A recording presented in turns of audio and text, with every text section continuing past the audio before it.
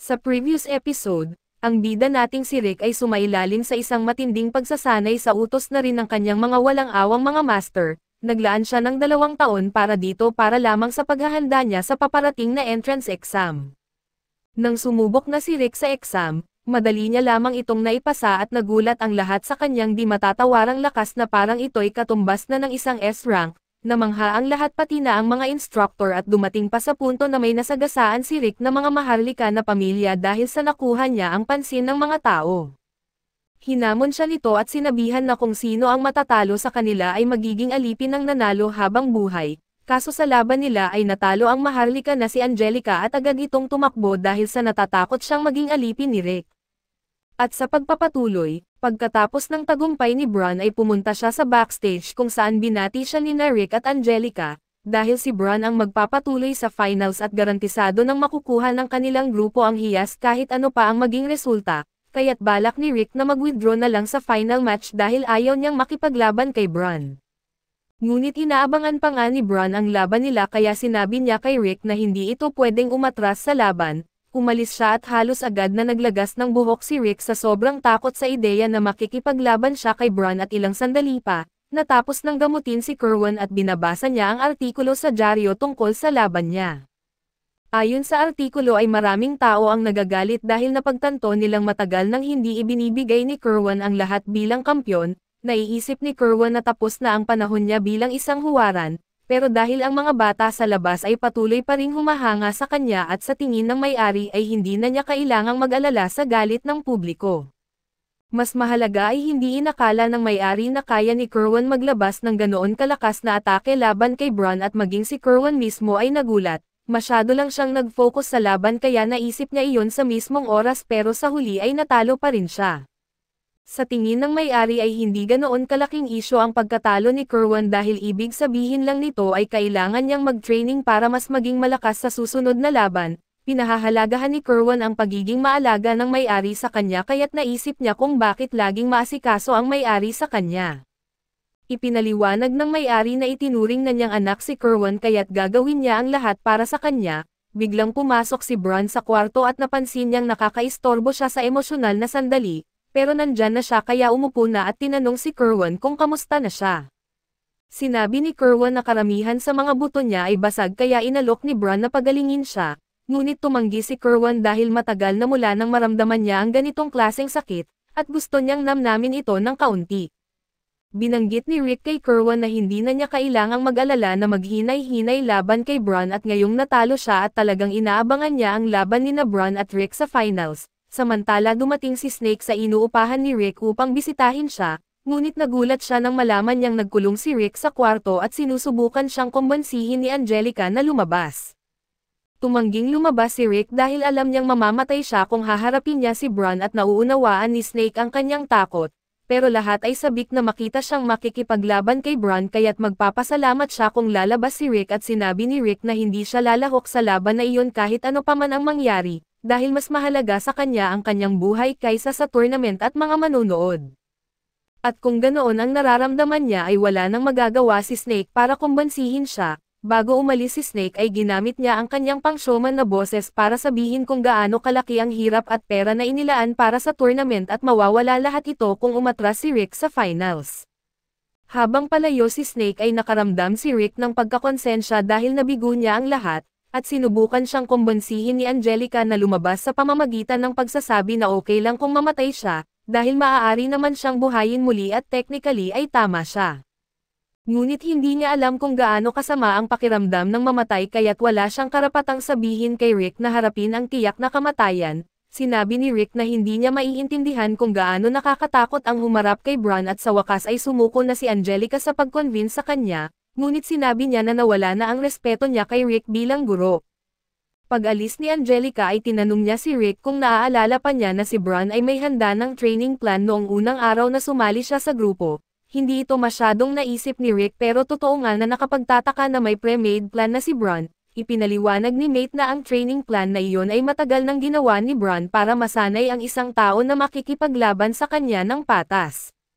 May kultura ang mga orc na umiikot sa pakikipaglaban at sa pamamagitan ng kanilang kamao ay sila ay nakakaugnay sa iba, ngunit dahil sobrang lakas ni Bron ay hindi siya kailanman nakaranas ng totoong bakbakan nang hindi napatay ang kanyang kalaban, kaya't pinapangarap niyang makaharap ang isang may kaparehong lakas. Malaya si Rick na umatras mula sa torneo kung gusto niya, ngunit pinapaalala niya na talagang inaabangan ni Bron ang laban nila, kaya't magiging maganda kung bibigyan siya ni Rick ng magandang laban, at nagkaroon si Rick ng flashback sa araw na ipinakilala siya ni Renette kay Bron. Agad-agad noong una pa lang na nagkamay sila ay nalaman ni Bron na wala pang training sa martial arts si Rick at halos walang mana ito. Nagulat si Rick na natutunan iyon ni Bron mula lang sa pakikipagkamay, pero sinabi pa ni Bron na kulang si Rick sa kakayahan bilang adventurer sa kanyang kasalukuyang lakas. Gayunpaman ay hindi ibig sabihin nito na imposible, at nais lang ipaalam ni Bron kay Rick na kailangan niyang mag-training ng 100 beses na mas mahirap para mabawi ang kakulangan niya at balik sa kasalukuyan. Nagagalit pa rin si Angelica dahil natatakot si Rick na makipaglaban kay Bron at tinawag niya itong nakakaawa. Disappointed din si Mazet, pero naiintindihan niya kung bakit ayaw ni Rick gawin iyon dahil walang normal na tao ang voluntaryong magta-training kasama si Bron, lalo pat haharapin ito, at tinanong ni Angelica kung ganoon ba talaga kasama ang training routine ni Bron, at sinabi niya na sobrang impyerno iyon para kay Rick. Himalang ang hindi nabaliw si Rick matapos tiisin ang sobrang sakit, at kahit pa nagkaroon ng mga pagkakataong tila nawawala siya sa katinoan, nagsisimula nang maintindihan ni Angelica kung gaano kahirap ang pinagdaanan ni Rick sa ilalim ng matinding training kahit na wala pa siyang sapat na kakayahan. Ngunit biglang pumasok si Alice at ipinaalam kay Angelica na may kakayahan pala si Rick, na lubhang ikinagulat ni Angelica dahil hindi pa niya ito nakitang gumamit ng kahit anong skill, at ipinaliwanag niya na mahirap matugunan ang kondisyon para ma-activate ang skill ni Rick, at malaki ang epekto nito sa katawan niya. Ipinagbawal ni Bron kay Rick na gamitin ang skill na iyon dahil hindi niya ito kayang kontrolin. Kinagabihan ay pumunta si Renette kay Rick at tinanong niya kung sa tingin niya ay nakakaawa siya dahil iniiwasan niya ang laban kay Bron. Tiniyak ni Renette na hindi niya ito iniisip at naiintindihan niya kung bakit ayaw ni Rick na lumaban. Ngunit sinabi rin niya na mas hahangaan niya si Rick kung makakahanap ito ng lakas ng loob para harapin si Bron kahit hindi niya kailangang gawin ito. Kinabukasan ay malapit nang magsimula ang torneo at mataas ang excitement ng mga tao. Sinimulan ng announcer ang pagbanggit sa mga premyong makukuha ng mananalo sa laban, at kabilang ang malaking halaga ng pera, mamahaling bato at mga tiket para sa couples trip sa isang hot spring, at pumunta si Renette at Angelica para tignan si Rick kung okay lang siya. Tinanong siya ni Angelica kung ayos lang siya. Sinabi ni Rick na ayos lang siya, pero halata pa rin sa mukha niya ang matinding takot. Nang biglang lumapit si Renette at sinabi na may personal siyang reward na ibibigay kay Rick kung magagawa niya ng maayos ang laban kay Bron. Mula sa sandaling iyon at nakafocus na si Rick. Lumabas si Rick para harapin si Bron at sinabi niya na ibibigay niya ang lahat sa laban na ito. Pagpasok ng laban ay nag-charge si Rick papunta kay Bron na mas mabilis pa sa kisap mata, at bago pa ito natapos, nagawa niyang masaktan si Bron at pinadugo ito, at sobrang humanga si Bron sa lakas ni Rick, pero hindi na nasundan ni Snape ang mga pangyayari. Ipinaliwanag ni Mazet na sa fraction ng segundo na nag-charge si Rick papunta kay Bron, at matapos ang halos 100 atake at block, nagawa niyang malampasan si Bron at gamitin ang thread slash para sugatan si Bron sa braso, at nag-charge ulit si Rick at sa parehong bilis, nagtapon siya ng suntok kay Bron pero na-block ito, kaya't paulit-ulit siyang umatake hanggang napilitang umatras. Tumalon siya mula sa pader ng arena at sinubukan na mapabagsak si Bron gamit ang heel kick, pero nag-defend ulit si Brost at nagtangkang magbitaw ng suntok kay Rick, ngunit umiwas si Rick sa suntok at muling nagamit ang thread slash at tinatamaan ang tiyan ni Bron. Dahil sinanay ni Rick si Angelica na naiintindihan niya kung gaano kahirap makamit ang antas ng lakas ni Rick at Bron. Pero tila napakaganado ni Rick, samantalang kanina lang ay takot na takot siya, kaya tinanong ni Angelica si Renette kung ano ang sinabi niya kay Rick na nagbago agad ang isip nito. Sinabi ni Renette na sinabi lang niya kay Rick na sasama siya sa couples hot spring trip kung mananalo siya sa laban, at mas mahalaga ito kay Rick kaysa sa kanyang buhay, kaya gagawin niya ang lahat para manalo. Natarante si Angelica dahil ang couples trip ay nangangahulugang magkasama sina Rick at Renette magdamag, at tila okay lang kay Renette iyon. Kaya't nagpa siya si Angelica na mag-focus na lang muna sa laban dahil seryosong nakikipaglaban na si Rick simulat sa pool. Dahil dito ay nagdesisyon si Bron na ilabas din ang kanyang buong lakas at ibinawi niya ang kanyang braso at naghanda para sa isang suntok na sobrang lakas, kaya napilitan si Rick na tumalon para umiwas. ang isang suntok na iyon ay mas malakas pa sa level 5 magic at naalala ni Rick kung bakit siya natakot na harapin si Bron sa simula pa lang. Pero wala na siyang oras na mag-isip muli dahil sunod-sunod na suntok ang binato ni Bron sa kanya at ginawa ni Rick ang lahat para iwasan ang mga suntok pero habang distracted siya, nakapwesto na si Bron sa likod niya at magpapakawala ng malinis na suntok. Ngunit bago pa siya tamaan ay ginamit ni Rick ang air cushion spell para malihis ang suntok ni Bron. Kahanga-hanga na nagawa ni Rick na mas alag ang suntok ni Bron gamit ang isang level 1 spell pero mas kahanga-hanga na nagawa niya ito nang hindi kailangan mag-ipon ng magic o magbigkas ng incantation. Ang ginawa ni Rick ay tinatawag na instant spell casting at namangha si Bron dahil kahit siya ay hindi kayang gumawa ng ganoon.